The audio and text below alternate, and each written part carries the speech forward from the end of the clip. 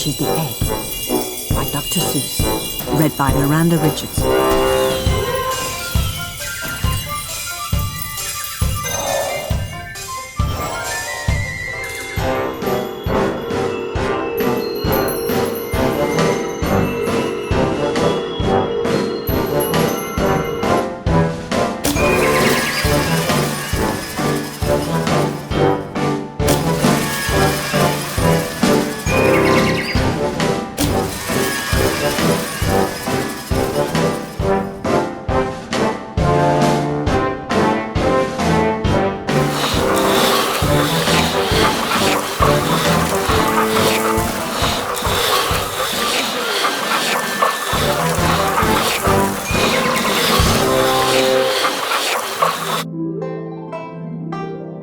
Sighed Maisie, a lazy bird hatching an egg.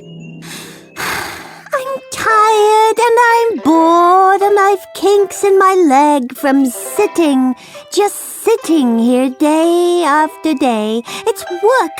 How I hate it. I'd much rather play.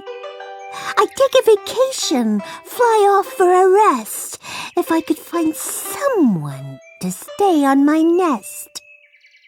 If I could find someone, I'd fly away, free. Then Horton, the elephant, passed by her tree. Hello, called the lazy bird, smiling her best. You've nothing to do, and I do need a rest. Would you like to sit on the egg in my nest? The elephant laughed. Why, of all silly things, I haven't feathers and I haven't wings. Me? On your egg? Why, that doesn't make sense. Your egg is so small, Mom, and I'm so immense.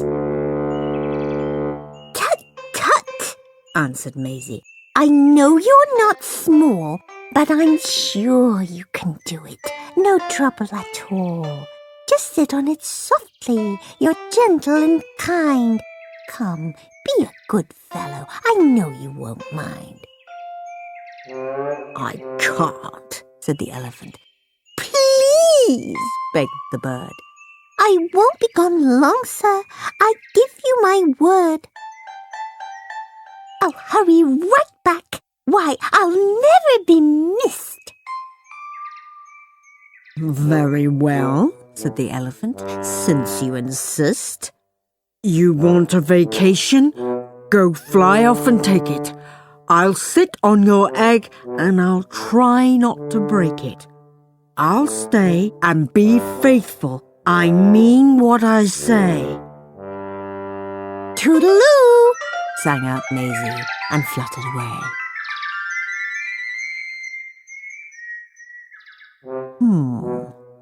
The first thing to do, murmured Horton. Let's see. The first thing to do is to prop up this tree and make it much stronger. That has to be done before I get on it. I must weigh a ton. Then carefully, tenderly, gently, he crept up the trunk to the nest where the little egg slept. Then Horton the elephant smiled. Now that's that. And he sat, and he sat, and he sat, and he sat. And he sat all that day, and he kept the egg warm. And he sat all that night through a terrible storm. It poured, and it lightened, it thundered, it rumbled. This isn't much fun, the poor elephant grumbled. I wish she'd come back, 'cause I'm cold and I'm wet.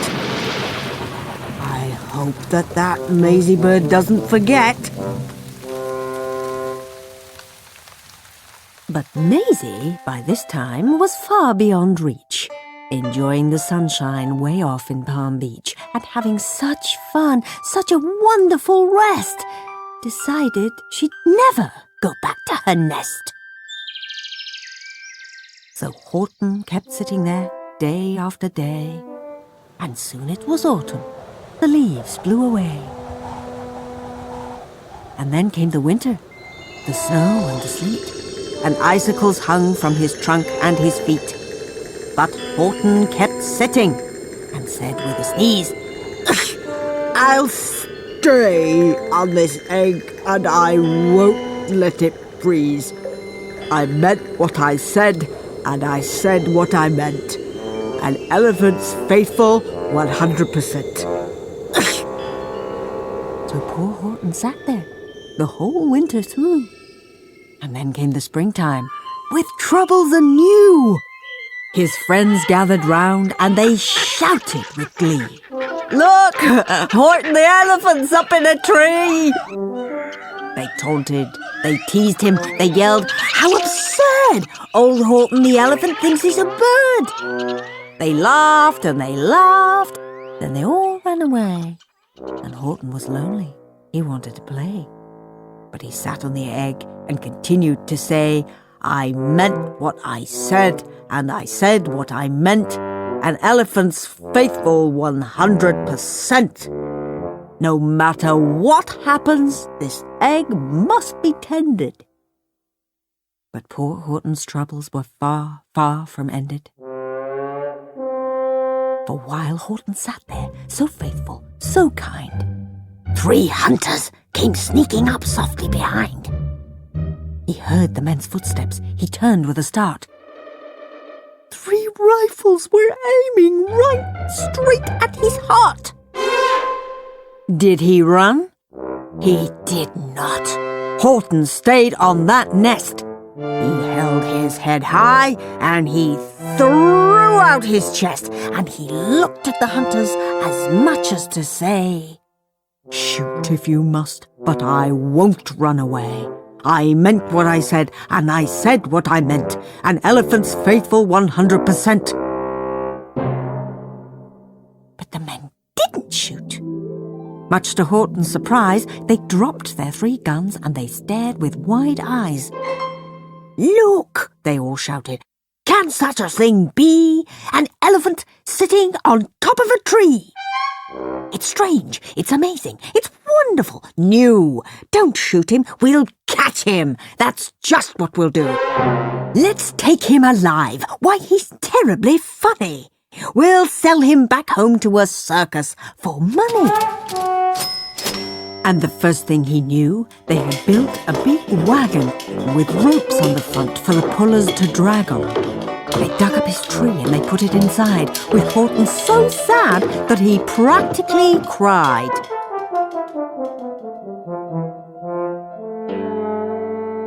"We're off!" the men shouted, and off they all went, with Horton unhappy 100%.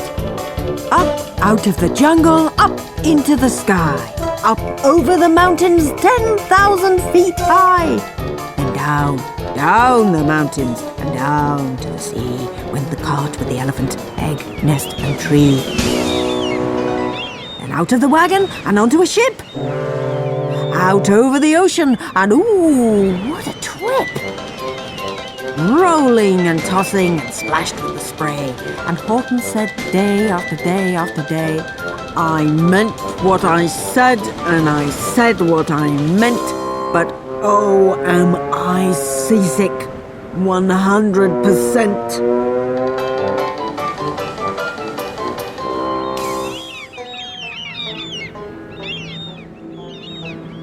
After bobbing around for 2 weeks like a cork, they landed at last in the town of New York.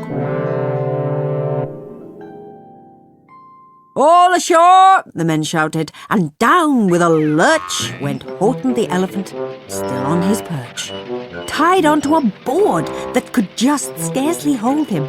Bump! Horton landed, and then the men sold him. Sold to a circus. Then week after week, they showed him to people at 10 cents a peek. They took him to Boston, to Kalamazoo, Chicago, Weehawken, and Washington too. To Dayton, Ohio, St. Paul, Minnesota, to Wichita, Kansas, to Drake, North Dakota, and everywhere, thousands thousands of folks flocked to see and laugh at the elephant up in a tree. Poor Horton grew sadder the farther he went, but he said as he sat in the hot, noisy tent, "I meant what I said, and I said what I meant. An elephant's faithful, 100%.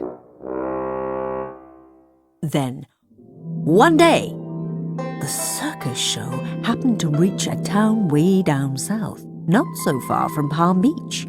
And dawdling along way up high in the sky, who, of all people, should chance to fly by but that old good-for-nothing bird, Runaway Maisie, still on vacation and still just as lazy. And spying the flags and the tents just below, she sang out, What fun! Why, I'll go to the show. and she swooped from the clouds through an open tent door. Good gracious, Gasped Maisie. I've seen you before. Poor Horton looked up with his face white as chalk. He started to speak, but before he could talk, there rang out the noisiest ear-splitting squeaks from the egg that he'd sat on for 51 weeks. A thumping, a bumping, a wild, alive scratching. "My egg!" shouted Horton. "My egg! Why, it's hatching!" But it's mine! Screamed the bird when she heard the egg crack. The work was all done. Now she wanted it back. It's my egg! She sputtered. You stole it from me! Get off of my nest and get out of my tree! Poor Horton backed down with a sad, heavy heart. But at that very instant, the egg burst apart. And out of the pieces of red and white shell from the egg that he'd sat on so long and so well, Horton the elephant saw something whiz.